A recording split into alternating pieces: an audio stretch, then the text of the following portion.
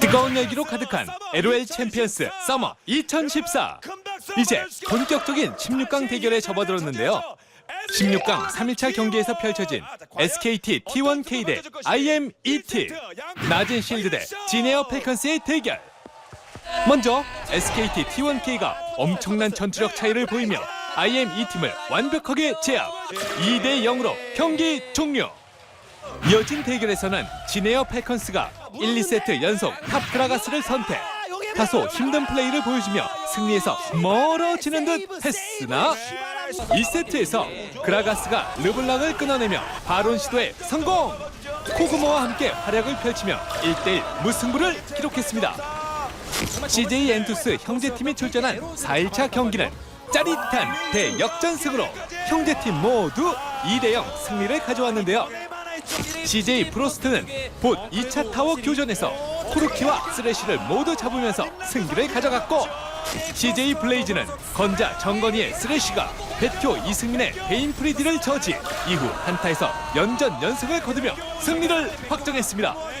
그리고 여기 16강전의 하이라이트로 손꼽히며 많은 이들의 주목을 받고 있는 LOL 챔피언스 서머 2014 5일차 경기. 우리나라 팬뿐만 아니라 아마 해외 선수들, 팬들까지 다 지켜보는 매치업일 것 같은데, 결승의 재판인 이런 느낌이 있기 때문에 누구나 기대하는 빅매치가 되는 것 같습니다. 하트 선수 손에 결정된 16강 빅매치 대결. SKT T1K 대 삼성 블루. 강력한 우승 후보답게 팽팽한 신경전이 오고 갔는데, 최근 전투력을 상승시키며 압도적인 경기를 펼치고 있는 SKT T1K와 우승 흐름 제대로 타며 최고의 기량을 선보이고 있는 삼성 블루. 두 팀 모두 윈터, 스프링 시즌에 우승컵을 들어올린 팀이기에 앞으로 진행될 경기에 대한 기대감은 커져갈 수밖에 없는데요. 일단 SKK가 정말 강했다고 평가받는 건 아무래도 페이커 선수가 또 있었기 때문에, SKK가 그 경기를 잡으려면 페이커 선수뿐만 아니라 다른 선수들까지도 최상의 컨디션을 유지하면서 최고의 경기력을 보여줘야 되지 않을까. 굉장히 뛰어난 전투력을 보여줬었던 T1K인 만큼 1대1 정도 나와도 전혀 이상하지 않을 거라고 봅니다.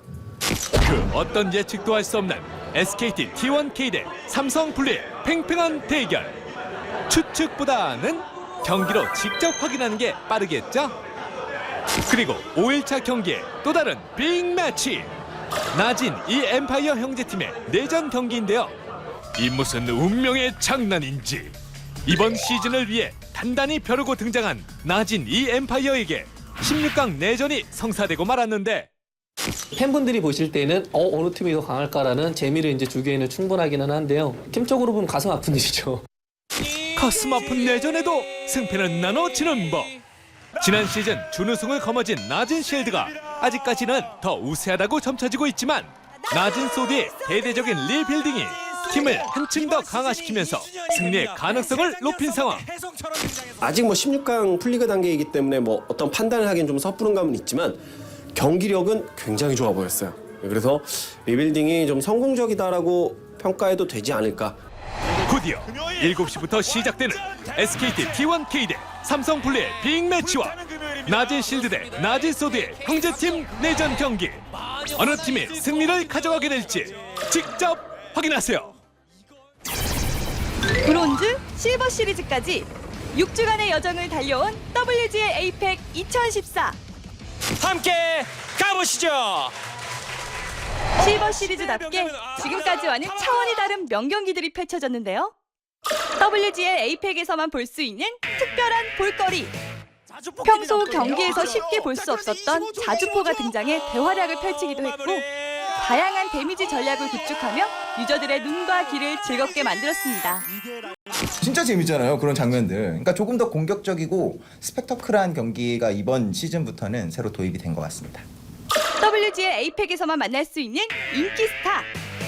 리그에 출전한 수많은 선수들 중 마성의 매력으로 팬들을 사로잡은 김홍석 선수. 저는 저 선수 얼굴만 봐도 좋아요. 독특한 모습들을 보여주니까 팬분들도 더 열광해 주시는 것 같아요. 아레테와의 대결 이후 확 달라진 모습으로 나타난 김홍석 선수. 앞으로의 활약을 기대할게요. WGA 에이펙만의 관객. 이렇게 여자 없는 게임 처음 봤어. 500분 오셨는데 2분이 여성분이야. 남탕이라 놀림받던 지난 날들. 하지만 이제는 여기저기 여성 관객꽃이 활짝 피었는데요. 계속 늘어나고 있어요. 이거 아주 좋은 반응이지 않나 생각이 듭니다. 뜨거운 인기를 실감하며 펼쳐진 대망의 실버 시리즈 6주차. 1, 2위전은 아레테와 팀프로핏의 대결로 장식되었는데요. 역시 아레테답게 팀프로핏을 가볍게 제압하며 경기 종료. 압도적인 포인트 차로 1위에 오른 아레테와 그 뒤를 바짝 쫓고 있는 형제팀 팀프로핏. 그리고 무서운 상승세의 히익과 인디까지. 골드 시리즈에 오를 최종 4팀이 가려졌는데요. 좀 더 진행이 되면 전혀 다른 어떤 형태의 팀이 됐든 또는 기존에 있던 팀들의 반격이 됐든 그런 추격은 좀 나오지 않을까. 2주 동안 펼쳐지는 대망의 골드 시리즈. 압도적인 결과일지 반전의 승부일지 다양한 추측들이 나오고 있는 가운데 얼마나 재밌게 이기느냐, 지더라도 얼마나 재밌게 지느냐, 결과에 상관없이 즐길 수 있는 리그가 됐으면 좋겠습니다. 한국 대표팀 자리를 두고 벌어지는 WGL APEC 2014 골드 시리즈. 어느 팀이 그 영광의 자리를 차지할지 지켜봐 주세요. 최강자의 타이틀을 놓고 펼쳐지는 한국 대 중국의 양보 없는 두뇌 싸움. 하스스톤 한중 마스터즈. 하스톤 한중 마스터즈가 열렸습니다. 한국의 대표 8명 그리고 중국의 대표 8명 국가의 자존심을 걸고 벌이는 마스터즈거든요. 4주간 진행되는 마스터즈 16강 경기에선 한국 선수와 중국 선수가 각 나라에서 온라인으로 경기를 펼치며 오전 3선승제로 진행. 직업 중복이 가능한 9개의 덱을 준비할 수 있어 그 승부를 예측하기 어렵다는데요. 그러다 보니까 하나의 영웅의 여러 가지 세계의 덱을 좀 구성을 하게 되면 허무하게 3대 0으로 나온 3대 0 게임이 3대 0! 압도적인 힘으로! 나왔네요? 나왔네요? 오늘 나오긴 했습니다만 좀 적게 나오는 편입니다. 최승아가 폭발적인 실력을 자랑하며 3대 0 스코어를 기록. 8강에 안착했습니다. 이어서 펼쳐진 두 번째 경기에서는 신규성이 의향을 상대로 최종 5세트까지 가는 접전을 펼쳤지만 아쉽게도 8강 진출에 좌절하고 말았습니다. 국가 간의 자존심이 걸린 대결이기 때문인지 유독 열심인 한국 선수들. 하지만 선수들에게 걸린 건 자존심뿐이 아니라는 점. 2위 안에 들게 되면 블리즈컨에 갈 수 있는 한국 대표를 선발하는 대회가 또 있을 거거든요. 그 대회의 시드를 얻게 되는 거죠. 근데 그 시드를 얻게 되면 무려 1등 상금 10만 달러, 10만 달러. 그러니까 박태민이 해설보다는 막 선수하고 싶어.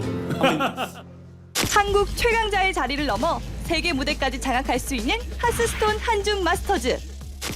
하스톤 마스터즈를 통해서 이제 시작했습니다. e스포츠의 또 하나의 유력한 종목으로 자리 잡을 수 있는 좋은 게임입니다. 매력이 아주 넘치는 게임이니까 여러분들도 그 매력 많이 느끼시길 바라고 하스스톤 함께 했으면 좋겠습니다. 매주 펼쳐지는 치열한 두뇌 싸움. 이번 주 일요일엔 어떤 대결이 펼쳐질지 직접 확인하세요.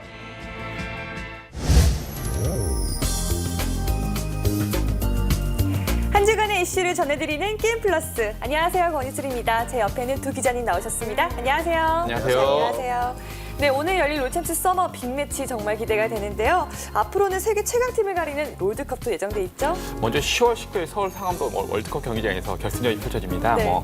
8강은 부산에서, 4강은 서울에서 계속 열리는데요. 아쉽게도 16강은 아무래도 싱가포르가 대만에서 이제 나눠지게 열리는 게 좀 아쉬운 부분이 있습니다. 네, 그래도 정식으로 한국에서 개최되는 롤드컵 사실 기대되는 이유는 따로 있는데요. 한국에 부여된 롤드컵 진출권 3장입니다. 근데 이때까지 그 서킷 포인트의 상으로 따지면 삼성 블루하고 SKT T1 K팀이 이제 동률이고요. 그다음 삼성 화이트가 3위를 달리고 있는데요. 어쨌든 이번 롤챔스 서머 시즌에 따라서 이 점수가 이제 마지막으로 부여가 되니까요. 경쟁이 더 치열할 것 같습니다. 네, 9월부터 시작되는 롤드컵 앞으로의 행보가 기대가 됩니다. 자, 이 외에도 게임계에 기분 좋은 소식들이 있었는데요. 지 리포트 함께 하시죠.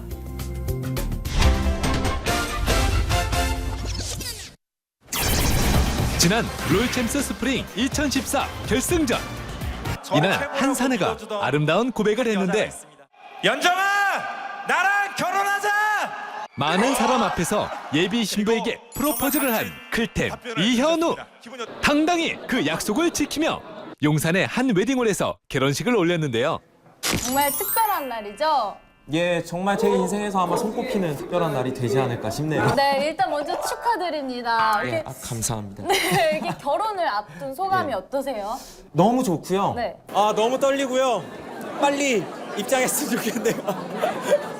네, 그 신부님을 어떻게 만나셨어요? 처음에 정말 게이머를 준비하던 과정 중에 인터뷰로 만났었어요. 그때 딱 이게 감이 오셨어요? 예, 그때 이 여잔 내 여자다. 이 여잔 내 여자다. 이현우의 마음을 단번에 빼앗아간 신부는 누구? 헐! 이렇게 뷰티풀할 수가! 신부의 어떤 점이 마음에 들어 결혼까지 결심하게 되었나요? 사실 신부가 저보다 연상이에요. 아, 네. 그런데 딱 처음 봤을 때부터 느낀 건 되게 어린 순수한 모습이 좋았어요. 그렇다면 실제 호칭은? 예, 애기, 예. 약간, 예. 신랑보다 연상인 신부. 정말 동안인데요. LOL 해설인 이현우가 신부 닮은 꼴로 콕 집은 LOL 챔피언이 있다던데. 애니와 굉장히 흡사합니다. 애니요? 예. 진짜 애들이 굉장히 좋아하고 그렇게 귀여우시다고요. 예, 그러면서도 앙칼진 면도 또 매섭게 갖고 있습니다. 난난나나. 예, 그러다가 피버 예, 한 번씩 나와요. 예. 가장 궁금한 게 또 있는데요. 첫 키스는 또 언제 하셨나요? 굉장히 매서운 질문이네요. 어디에서? 그 숭실대 앞이 아닌데 잠깐만요. 이거 나가면 큰일 날 것 같은데요? 용산 근처였습니다. 네, 용산 근처 네. 공원에서 예. 숭실대는 누구예요? 예? 아니요 갑자기 없습니다. 예, 없습니다. 저 처음 첫사랑이에요. 네. 예, 첫사랑. 근데 이제 현우 씨 숭실대 근처는 못 가겠네요. 그래도 신부님 오해는 안 할 거죠? 저희 게임 플러스에서도 네, 크진 않지만 이현우 해설가님을 위해서 정말요? 준비한 자, 와. 짜잔! 감사합니다. 와 감사합니다.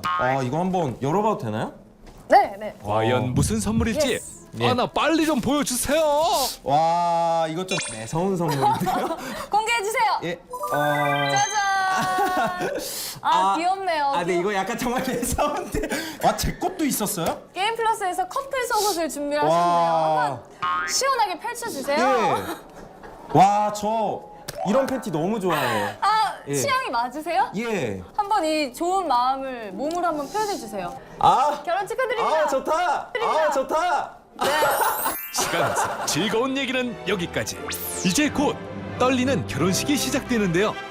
여기저기 반가운 얼굴들이 축하를 해주러 왔네요. 현우야 행복하게 잘 살아. 아들 딸 낳고 행복하게. 행복하게 살아라. 잘 살아요. 불공 없는 정말 행복한 결혼 생활. 큰 결심했으니까 예쁜 사람 오래오래 가시고요. 축하해 현우야. 안녕. 역시 사람은 최고 잘났을 때 장가를 가야 됩니다. 축하합니다, 클템. 그러나 아니 꼭 와줘야 할 한 사람이 아직 도착하지 않았는데. 강민영은 근데 사회인데 지금 아직 안 오신 것 같은데 지금. 그러니까 강민영이 사회를 본다고 얘기를 했을 때 모든 분들 거의 한 대다수 분들이 왜? 이런 반응을 표하셨습니다.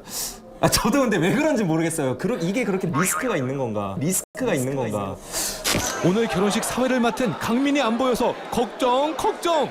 지금 고객님이 전화를 받을 수 없다고 하거든요. 난리 날 수도 있겠는데 이거 대형 사고가 날 수도 있겠는데. 하지만 다행히 일찍 와서 준비하고 있었네요. 현우는 우리보다는 잘 살 겁니다. 그건 확실해요. 우리 셋보다는 현우가 잘 살 거예요. 확실해요. 드디어 성대한 결혼식이 시작되고 늠름하게 입장하는 신랑 이현우. 그리고 너무 기뻐서인지 눈물을 보이며 아름답게 입장하는 신부.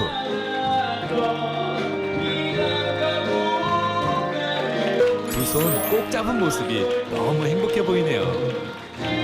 주례가 시작되고 당차게 대답하는 신랑 신부. 예, 맹세합니다. 네, 맹세합니다. 하객들도 행복하길 바라는 마음으로 축하해 주는데요. 결혼식이 끝나갈 무렵 사회자 강민의 지구전 이벤트 타임. 가서 신부에게 입맞춤을 하는 시간을 가져보도록 하겠습니다. 못하면 제가 한번 시범 보여도 되겠습니까? 네, 죄송합니다. 네. 자, 하나, 둘.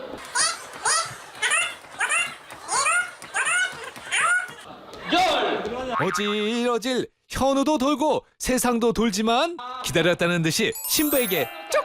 어이 부끄부끄. 이렇게 사람들의 축복 속에 두 사람의 아름다운 결혼식이 끝났는데요. 이제 서로가 서로를 믿으며 꼭 잡은 두 손 절대 놓지 말길 바랍니다. 잘 살겠습니다. 두 분 평생 행복하셔야 돼요. 섹시한 매력으로 가요계를 평정한 전효성. 가요계를 넘어 이제는 게임계까지 접수한 그녀. 안녕하세요. 이번에 영웅의 별 무대리 된 시크릿의 효성입니다.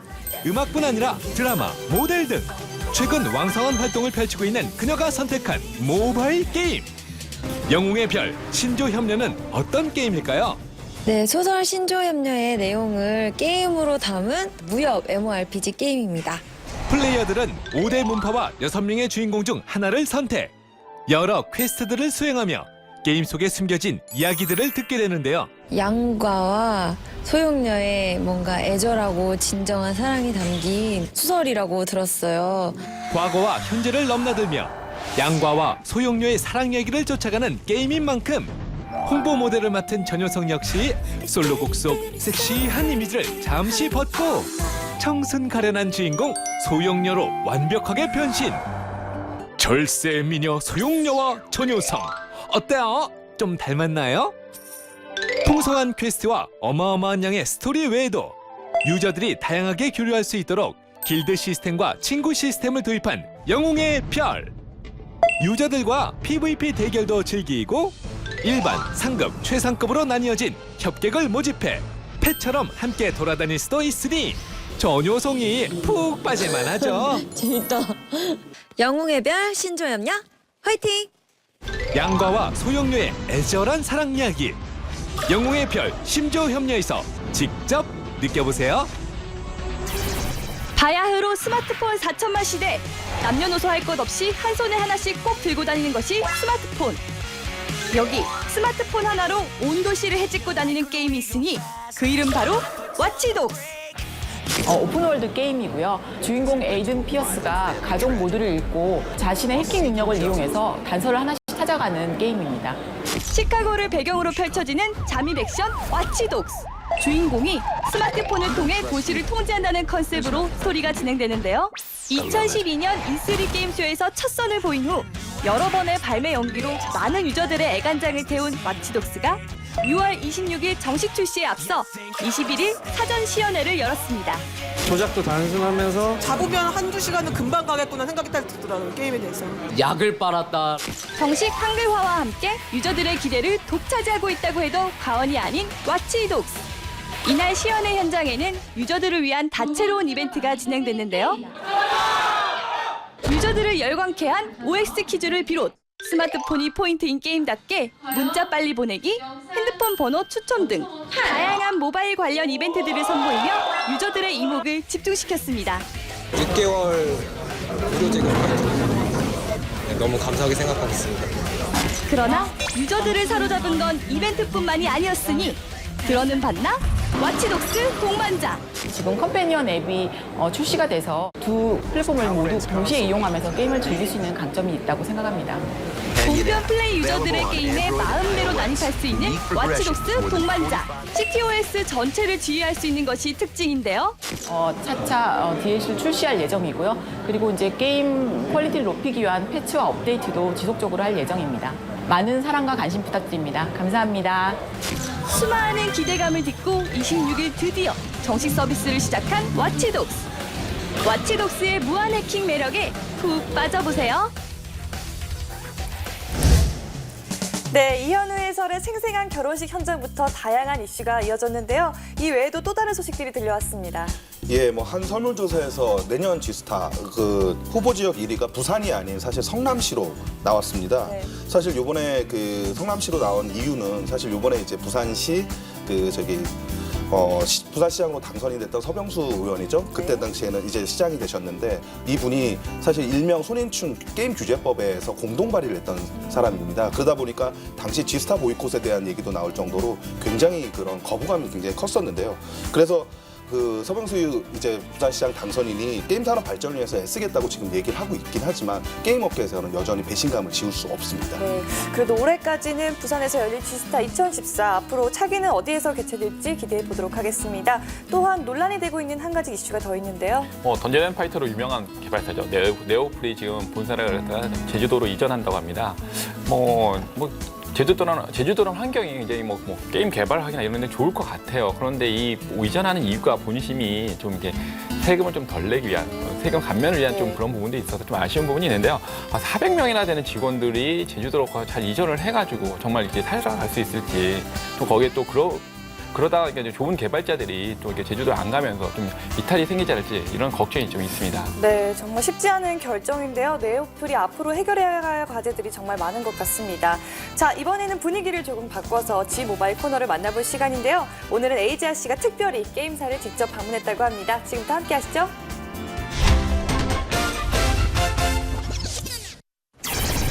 에이지아와 함께하는 모바일 세상. 안녕하세요. G모바일의 에이지아입니다. 반갑습니다.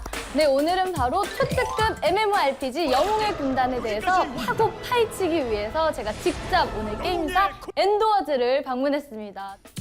영웅의 군단의 모든 것을 알아보기 위해 개발사를 찾은 에이지아. 화려한 비주얼부터 웅장한 사운드까지 개발자들의 노력이 대단해 보이는데, 모바일 MMORPG의 자존심 영웅의 군단. 캐릭터부터 차근차근 알아보자.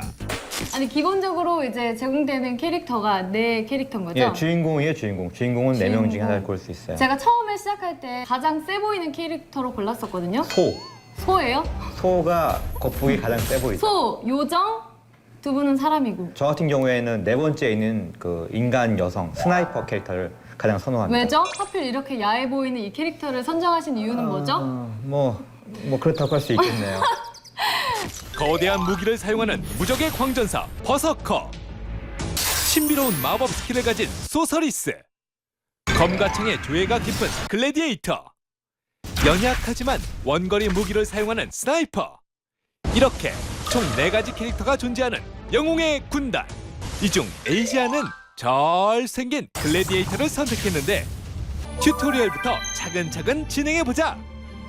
네, 딱 들어왔어요. 처음에 이제 시작할 때 스토리가 나오고 튜토리얼을 따라서 지금 대사 안 읽으신 것 같은데. 표정이 살짝 굳으셨는데? 제가 쓴 건데 뭐 그렇게 진짜요?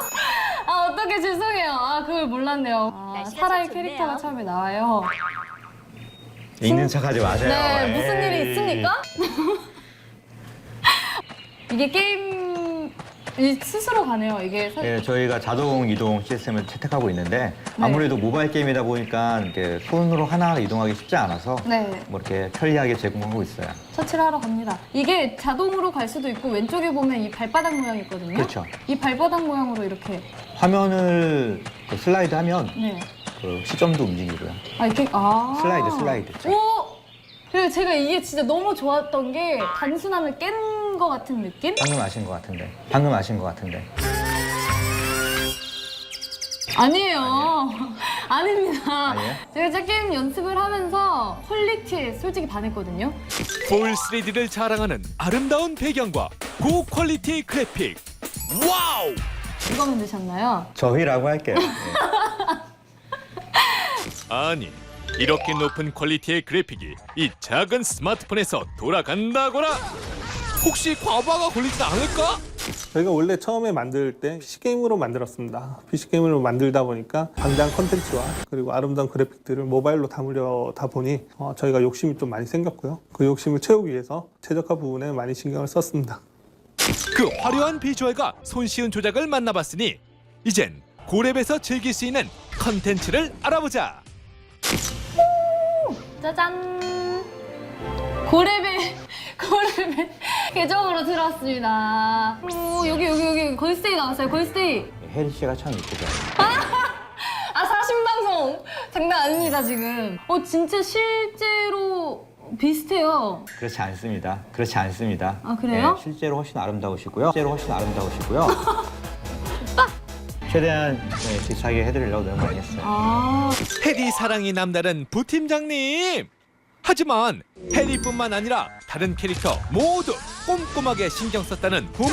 사실 저희가 원화가에 대한 그런 좀 인력 욕심이 많았습니다. 그래서 그 캐릭터를 좀 잘 그리시는 분을 많이 채용을 했고요. 거기다 플러스 그 채용되신 분들이 걸스데이를 상당히 좋아했습니다. 그러다 보니까 좀 좋은 모습으로 나오지 않았나 그렇게 생각이 되네요. 이제 다양한 영웅들을 조합해 전투에 임해볼 차례. 유저들에게 가장 인기 있는 컨텐츠는 바로 70층으로 구성된 혼돈의 탑. 일반 전투와 동일하게 총 3라운드로 이루어져 있으며 일부 특수층에서는 보스를 만날 수도 있는데 최대 4인이 함께 이용할 수 있는 혼돈의 탑에서 NPC를 무찌르고 보상을 얻어보자. 70층 한번 가보시죠. 이제 마지막 층의 마지막 관문. 맞습니다.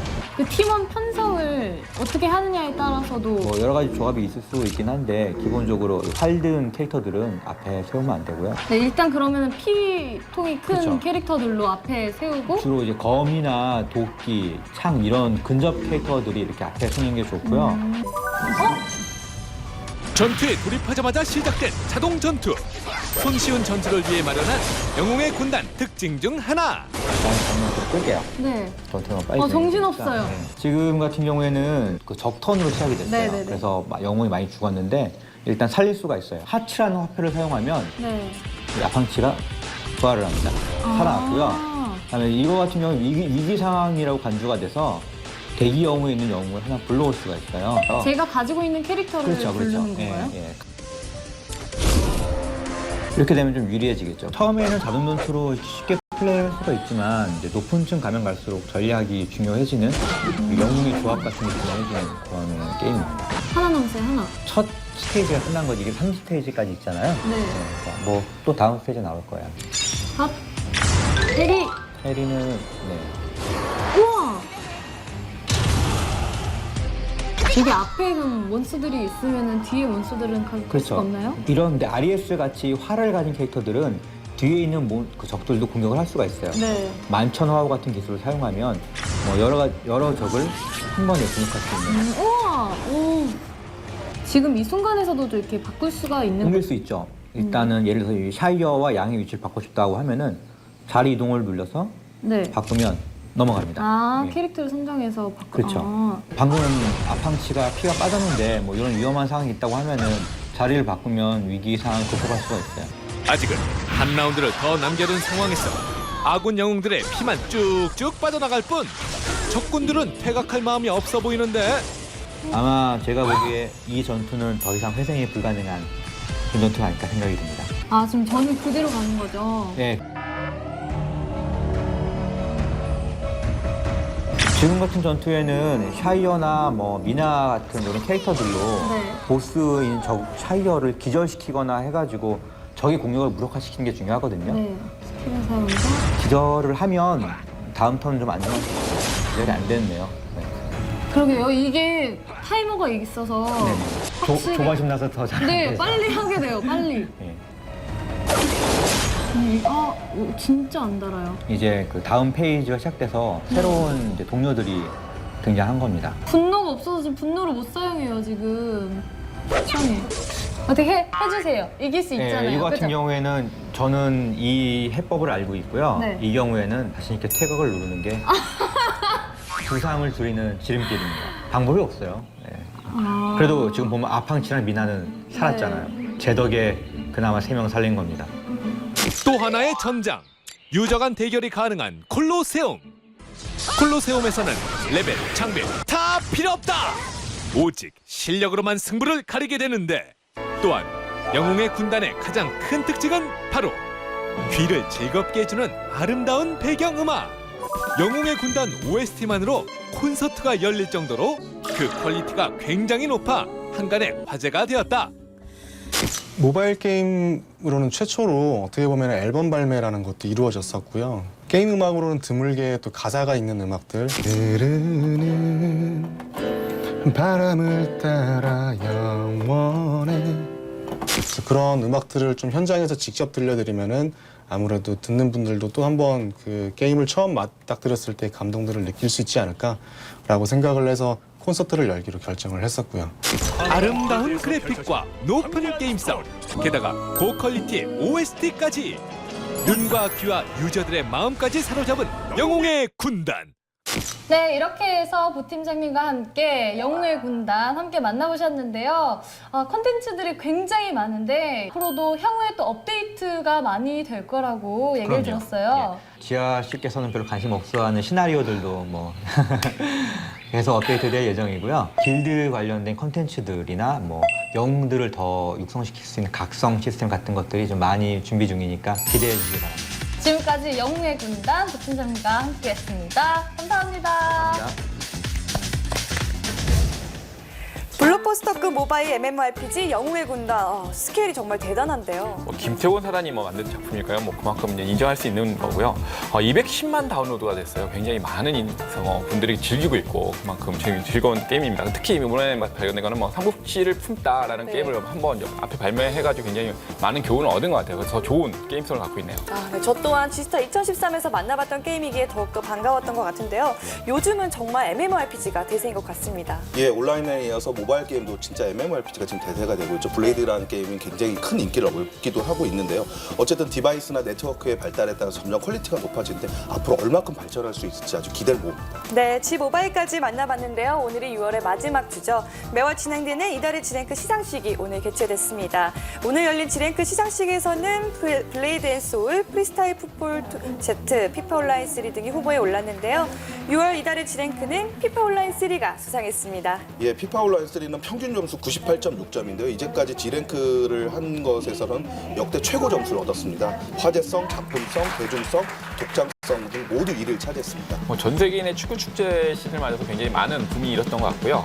광고도 많았고 이번에 좀 마케팅도 굉장히 많이 하면서 많은 이용자들을 끌어들인 것 같아요. 특히 그럼 최근에 PC와 연동할 수 있는 모바일 버전도 선보이면서 많은 좋은 반응을 얻은 것 같습니다. 네, 피파 온라인 3 이달의 지랭크 수상을 축하드립니다. 자, 이렇게 해서 게임 플러스 1부는 여기까지입니다. 잠시 후 2부에서 G테스트가 이어지니까요. 많이 기대해 주시고요. 저희는 한 주간의 게임 순위 G랭크 함께 하시면서 잠시 후에 돌아오도록 하겠습니다.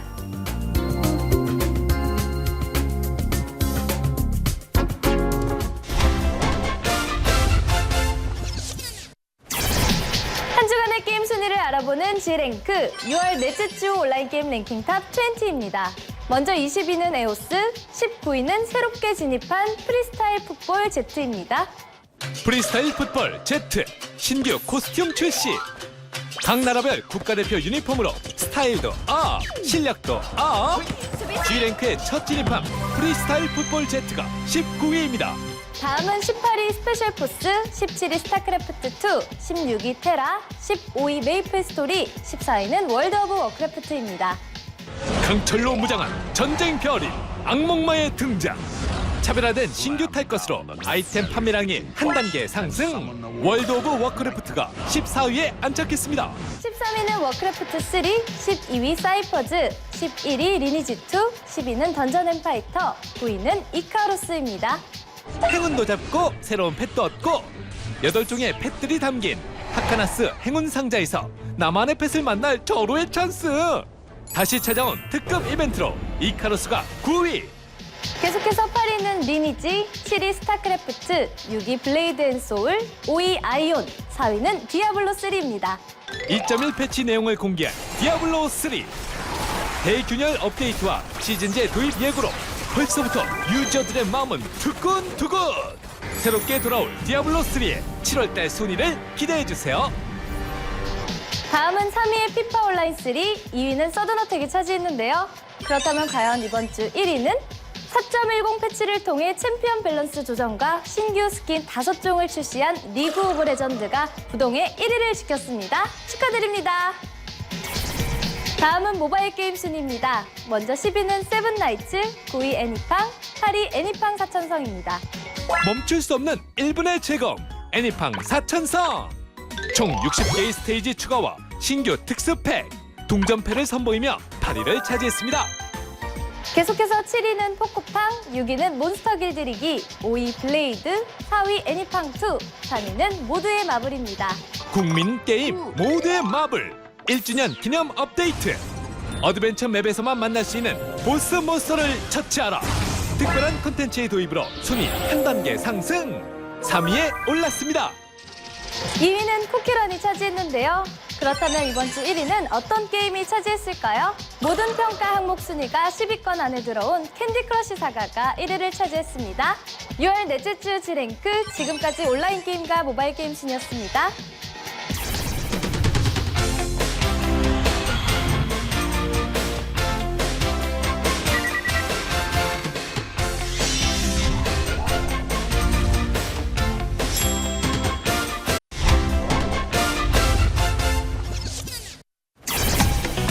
사인방이 원하는 평가 게임을 직접 추천하는 G테스터 추천제. 오늘은 김성애 개발자가 준비한 추천 게임으로 평가를 진행해 볼 텐데 오늘의 게임은 오늘의 추천 게임 바로 날 온라인입니다. 세상을 단숨에 베어버린 리얼 액션이 찾아왔다. 중국 정통 무협 게임 날 온라인. 중국산 MMORPG의 한반도 도전기기. 중국 MMORPG를 대표해 다시 한번 한국 온라인 게임 시장에 출사표를 던진 것이 바로 날 온라인입니다. 유저 입장에서는 아직도 일부분 완벽하지 못한 모습이 보이는 것도 사실입니다만 개발자 입장에서 볼 때 중국 게임의 발전 속도를 직시할 수 있게 해준다는 점에서 오늘의 추천 게임으로 선정하게 되었습니다. 진정한 무림 고수들의 액션이 살아 숨쉬는 날 온라인. 올해 T사가 가장 주력하는 게임으로 주목받고 있다는데 과연 기대작의 평가는 어떨지 지금 바로 살펴보자. 네, G테스터 오늘의 평가 게임은 우리 김성희 개발자님께서 추천해주신 날 온라인인데요. 날! 깜짝이야. 시끄러워요. 정말 살아있는 날 것과 같은 매력에 날 것과 같은, 하지만 날로 먹을 수는 없죠. 열심히 추천했습니다. 평가를 하기에 앞서서 뭔가 또 이렇게 비하인드 스토리가 있을 것 같아요. 아니, 비하인드 스토리라고 하면 안 되시고요. 오늘의 슬픈 전설! 현남이 기자가 전해주는 오늘의 슬픈 전설. 날온라인을 서비스하는 아이모 회사, 아이템 중개 회사예요. 자, 여러분들 아이템 중개 회사라고 하면은 어떤 이미지가 떠오르시나요? 솔직히 뭐 불법이라고 단언할 수는 없고요. 그렇다고 합법이라고 또 얘기하기도 좀 곤란한 어떤 편법, 그 사이에서 이제 외줄타기라는 그 정도 느낌 아닙니까? 그런 것도 있고 전체적으로 이미지가 굉장히 안 좋아요. 게이머들 사이에서도 아이모 회사라고 하면은 학을 뜨는 분들이 많으시고 사실 개발자 입장에서도 왜 우리가 만든 게임 마음대로 자기들끼리 돈 벌어? 이런 느낌 분명히 있어. 그렇죠. 그래서 회심의 카드를 꺼냈던 게 그거예요. 게임을 본인들이 직접 서비스를 하겠다. 그게 어떻게 회심의 카드가 되죠? 왜냐면 우리는 게임 중개 회사가 아니라 게임 서비스 회사다. 어떤 그 게임 아이템의 중개 사이트에서 직접 게임을 개발한 개발사로서의 이미지를 얻어보겠다. 개발사 내지는 서비스 회사, 퍼블리셔. 유저들이랑 직접적으로 커뮤니케이션 할 수 있는. 근데 생각을 해보세요. 우리나라에서 게임을 개발해가지고서 아이템 중개 사이트 회사한테 게임을 갖다 퍼블리싱을 맡기는 개발사가 있을까요? 좀 곤란한 부분이긴 하겠죠. 이미지만 나빠질 거 아니에요. 그러다 보니까는 어쩔 수 없이 중국에 있는 게임들을 갖다가 가지고 올 수밖에 없었어요. 그래가지고 그렇게 해서 가져온 게 바로 우리가 너무나도 잘 아는 명품 온라인. 명품 온라인. 명품 온라인. 또 뭐 황제 온라인이니 뭐 아무튼 이런 식으로 중국 게임들을 갖다가 많이 가져와가지고 서비스할 수밖에 없었어요. 그리고 이번에 가지고 온 게임이 바로 날 온라인. 날 온라인. 계속 중국 게임들만 가지고 올 수밖에 없는 이 회사에서 꺼내든 회심의 카드. 회심의 카드로 내놓은 날 온라인. 그런데 뭐 솔직히 여태껏 보여왔던 중국 게임의 국내 성적은 뭐 그닥 좋은 편이 아니었다. 중국 말씀하셨는데 우리 중국 게임 이렇게 솔직히 무시 많이 했습니다. 하지만 실상을 알고 보면은 결코 중국 게임 시장을 무시할 수가 없다는 걸 알게 되실 거예요. 날 온라인이 중국 서비스명이 도금2. 그쵸. 그리고 그 중국에서 퍼블리싱하는 회사가 T사입니다. 그 10센트짜리 그 회사 말씀하시는 거죠? 10센트짜리고 우리말로 읽으면 그 한자를 우리말로 읽으면 등신이라고 읽히는 그런 회사가 있어요. 그런 중국의 어떤 티모사라는 기업이 있는데 공룡 같은 기업이죠. 얼마나 크냐면은 그 티모사라는 회사의 시가총액이 이제 100조에 육박하는데 이 게임 쪽에서는 중국 대륙을 완전 장악하고 있다고 해도 과언이 아니에요. 중국 부동 1, 2, 3이 LOL, 크로스파이어, 던전 앤 파이터 이거 다 T사 거거든요. 특히 LOL, 여러분들이 제일 좋아하는 그 LOL이요. 이거 심지어 미국 회사 라이엇이라고 알고 있죠. 그 라이엇을 이 T사에서 그냥 인수해버렸어요. 어마어마한 기업인 거죠. 중국 게임 시장 이 정도로 커졌습니다. 정말 무시할 게 못 돼요. 심지어 제 말 좀 들으세요. 예, 딱 한마디만 더 드릴게요. 준비한 게 한마디만요. 딱 한마디만 더. 진짜요? 한마디, 두 마디 되면 때리세요. 네. 그거 선입견이라는 게 정말 무서운 게 우리 중국 게임 하면은 막 그 핍박하고 무시하고 이렇게 되는데 이럴 때 날 온라인이 어떤 마음이겠느냐 이거예요. 우리는 꽤 괜찮아졌는데 그들은 이렇게 노래를 하고 있어요. 날 사랑해줘요. 날 울리지 마요. 별로예요? 그럼 이것도 있어요. 나를 돌아봐 이제 나를. 어때요? 별로예요? 왜 날 좀 보소하지. 날 좀 보소. 날 좀 보소. 날 좀 보소. 중국 게임답게 날 온라인 역시 그게 편의성을 자랑한다는데 직접 튜토리얼을 플레이하면서 확인해보자. 날 온라인의 접근성. 김성희 개발자님께서 강력도 추천해주신 나롤라인. 강력까지는 아니에요. 오해하지 마세요. 강력까지는 아닌가요? 강력까지는 아니에요. 추천을 해야 되기 때문에 했습니다. 무언가를. 네, 알겠습니다. 어쨌든 우리 김성희 개발자님의 추천인 나롤라인 저희가 또 평가를 안 해볼 수 없고 플레이를 안 해볼 수 없는데 그러면 초반부를 한번 같이 플레이를 해보죠. 저 초반부라기보단 튜토리얼부터 해야 되는 거잖아요, 그렇지. 결국은. 네. 튜토리얼 들어가기 전에 캐릭터 좀 봅시다, 좀. 일단 캐릭터 메이킹 쪽의 접근성도 되게 달라요. 이게 뭐 좋은 건지 나쁜 건지 잘 판단을 못 하겠는데 미묘하죠, 약간. 보통 남자 여자를 고르고 외모를 고르고 이렇게 들어가게 돼 있잖아요. 예, 근데 지금 사람이 인물 선택. 인물이 정해져 있습니다. 네, 그럼 그래서 캐릭터가 정해져 있나라고 생각하면 나중에 또 직업 커스터마이징 선택을 또 해요. 나중에. 예, 그렇죠. 그래서 이거 어떻게 접근해야 되는지 몰라. 지금까지 캐릭터 생성 분법하고는 완전히 달라요. 뭐 그렇다고 해서 혁신적인 건 아니고 그냥 다르기만 하고 별로 좋은 점은 모르겠어요. 달라요. 그냥 달라요. 그 웹게임에서 있었던 그 캐릭터를 가지고 와가지고 후에 커스터마이징을 붙인 것 그렇죠, 같은 그렇죠. 아, 설득력 있네. 설득력 있네. 직업 한번 봐주시죠, 직업. 뭐 있나요? 그러니까 직업도 되게 좀 독특해요. 그러니까 보면은 결국 수는 무기로 지금 구별이 돼 있잖아요. 지금. 그렇지. 직관성이 좀 떨어져요. 근데 이미 직업 선택에서부터 무기 활용의 폭을 상당히 좁혀놨네요. 그러면 도끼라는 직업은 도끼 말고는 못 쓴다는 거 아니에요? 대신 보조 무기가 있잖아요. 왜 말을 그렇게 공격적으로 하시죠? 그리고 전 진짜 깜짝 놀란 건 이거 랜덤 이름. 아, 이름마저도 랜덤으로. 야, 근데 정말 웃기는 이름이 많이 나와요. 자해찬, 안양운, 아라곡 이렇게 해서 우와 이건 진짜 유니크하다. 이건 정말 없을 이름이다. 그래서 하려고 그러면은 이미 선점된 이름일 경우가 있어요. 선정된 이름은 빼고 나와야 될 거. 화채남 어떨까요? 화채남. 세상에 시원한데요? 상큼하지 않습니까? 이 이거야. 화채남으로 생성하도록 하겠습니다. 이상한 이름도 많이 정 나오네요. 기자님이 굉장한 걸 골랐어요. 대박을 골랐어요. 이거 좀처럼 안 나오는 거예요. 윤빙춘. 빙춘 씨를 가지고. 예, 오늘은 가리봉동에서 온 빙춘 씨를 모셔보시겠습니다. 여자 캐릭터인데 이름이 윤빙춘이에요. 그 형기자님의 화면을 한번 봐볼까요? 이 영상에서 인터랙션이 마치 있을 것 같습니다. 마치 리듬 액션 게임처럼 자기가 어떤 버튼을 지정하는 버튼을 누르면은 뭔가 동작을 취할 것 같아요. 그렇죠. 여기서 스페이스를 누르면 내가 눌러서 피했구나. 와! 이야, 멋있다. 이런 여기서 또 누르면 잡고 돌려서 찔러. 여기까지 유저가 진행을 했을 때 받는 느낌은 이 게임은 컷신 영상에서도 자신의 조작에 따라서 어떤 분기가 생기고 결과가 달라지는구나. 이렇게 착각할 수 있는데 착각인가요? 그렇죠. 엄밀히 말해서 형 기자님의 저렴한 전문 용어로 사기가 맞습니다. 완전 사기예요. 대사기입니다. 왜요? 왜냐면은 내가 여기서 스페이스바를 누르건 누르지 않건 간에 결과가 바뀌질 않아요. 똑같은데요? 어디 한번. 님 거 한번 봐야겠다. 그럴 리가 없어요. 보십시다. 정목청기가 달려들겠죠.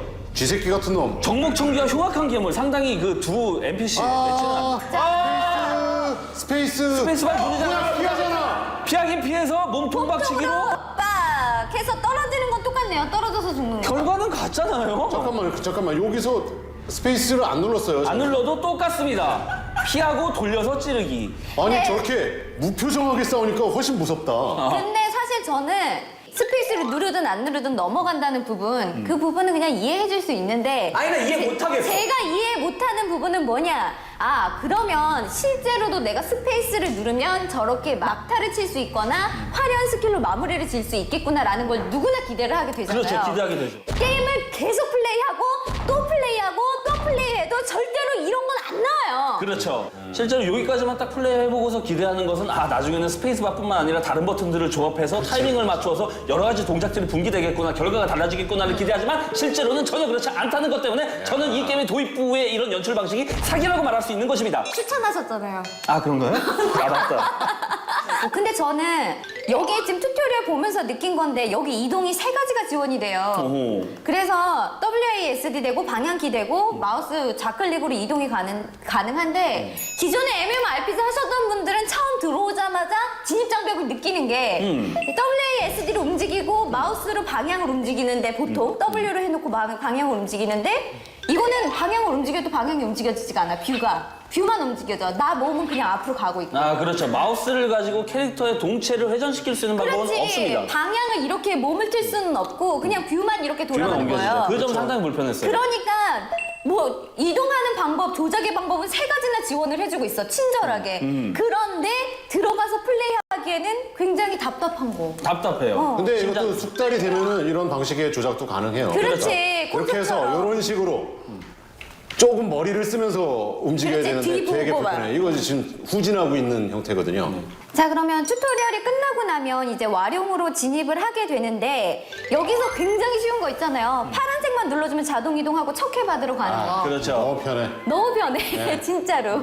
파란 링크를 누르고 그렇죠. 달려서 컨트롤 키를 좀 눌러줍니다. 좀 누르면 달려요. 근데 질주하게 되죠. 예, 특별히 뭐 달리는 모습을 보고 싶은 생각은 없고 조금 이렇게 가서 이제 도착하면 왼쪽에 퀘스트 관련 창이 왼쪽에 열립니다. 그렇죠. 굉장히 가운데에 집중을 안 하게 되는 게임입니다. 사실 내 캐릭터를 조작하기 위해서는 가운데를 봐야 되는데 실제로 이 게임은 내 캐릭터 조작에 그렇게 신경을 쓸 필요가 없거든요. 그냥 뭐 그냥 좌우? 아, 이렇게 클릭만 해주면 되니까. 그렇죠. 딴 건 읽지도 않아요. 파란색 글씨만 읽으면 됩니다. 그렇죠. 사실 읽을 필요도 없어요. 파란 게 어딘나를 보고 눌러요. 안 읽게 돼, 그리고. 사실 이게 대단히 뛰어난 접근성인데 아무리 이쪽 장르에 사전 지식이 없는 사람이라도 그냥 파란 글씨하고 퀘스트 수락 버튼만 누르다 보면 알아서 랩업이 되는 거거든요. 20레벨이 됐는데도 와룡 내 구조를 모르겠어요. 전혀 몰라요. 사실 그렇다고 해서 그게 비난할 거리는 아닙니다. 분명히 유저를 배려한 대단히 친절한 시스템인 건 인정하는데 그치? 근데 마치 내비게이션에만 의지해서 운전했던 사람들이 내비가 고장나면 아무 데도 못 가는 것처럼 그렇게 유저가 어떤 스스로 학습하는 것들은 그쪽 면에 있어서는 상당히 장애가 되는 건 사실이에요. 저는 또 날 온라인에서 나름 마음에 들었던 게 이제 보통 웹게임이나 모바일 게임에서 저희 기어 스코어라는 말을 하잖아요. 장비 점수. 이걸로 이 장비가 좋은 건지 이제 옵션이 많이 늘어나면 늘어날수록 이 장비가 좋은 건지 저 장비가 좋은 건지 한눈에 파악이 잘 안 될 때가 있어요. 맞아요. 요럴 때 보면은 그냥 현재 장비한 게 122점이에요. 이제 새로 장비할까 말까 고민하는 게 203점이에요. 그럼 어느 게 높아요? 203점이요? 높은 쪽으로 하면은 웬만하면 맞는다. 간단 명료하네요. 근데 사실 보면은 후반으로 가면 갈수록 좀씩 이제 어긋나는데 그때는 학습이 어느 정도 됐으니까 그렇죠. 그때는 자기가 고르는 거죠. 그렇죠. 어쨌든 저는 이 날 온라인의 튜토리얼이라는 이 전반부를 플레이하면서 정말 머릿속에 남는 게 없다는 부분. 그러니까 인큐베이터 안에서 너무 오래 있다가 나온 세상에 적응이 좀 안 되는 상태로 이렇게 좀 던져지는 것 같아서 좀 게임을 오랜 기간 플레이를 하면서도 이 정도까지 내가 무방비 상태로 이 야생에 버려지는 게임은 굉장히 좀 무서운 기분이다. 아니, 그러니까 어느 정도 위치에 올라갔다 하더라도 다시금 홈페이지든 어디든 정보를 찾아보게끔 만드는 거 의도했을지도 몰라요. 그 오히려 그리고 이제 이 파란 버튼이 없어지는 그 순간부터 유저들은 난 공황에 빠지죠. 두려워. 난 이 버튼이 없어질까 봐 난 너무너무 두려워요. 괜찮아요. 39까지는 있어요. 우리가 죽는 그날까지 파란 버튼은 우리와 함께 있으면 좋겠어요. 있을 거야. 믿어. 파란색만 눌러. 자동 이동 시스템과 낮은 진입 장벽으로 초보 유저도 쉽게 플레이할 수 있었지만 정작 아니 꼭 필요한 부분은 크게 놓쳤다는데. 질주하게 되죠. 정작 즐겨야 할 컨텐츠에 대한 안내도 되게 부족하다고 느끼는 게 2인 던전 같은 거 레벨 제한 없대요. 횟수 제한도 뭐 그렇게 많지 않고 그러니까 가서 내가 즐길 법해.